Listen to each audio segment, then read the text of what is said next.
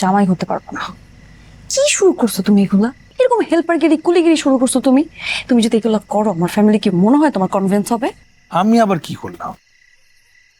তুমি বুঝতেছো না কি করছো? সবাই তোমার দিকে ভেবে তাকায় কেন? কারা তাকাইছে?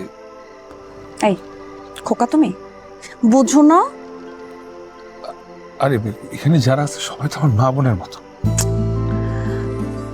তারপরেও কেন তাকাবে? আর এই যে এগুলো কেন এভাবে রাখছো বলো তো? এই যে এইসব করার কারণেই তো তাকাচ্ছি। একটু ঢেকে চলবা, যতটা ভদ্র থাকা যায়, বুঝছো? এই যে এইটা যেন কালকে থেকে না দেখি, একদম ভদ্র ছেলের মতো খালি কনভিন্স করতে হবে, বুঝছো?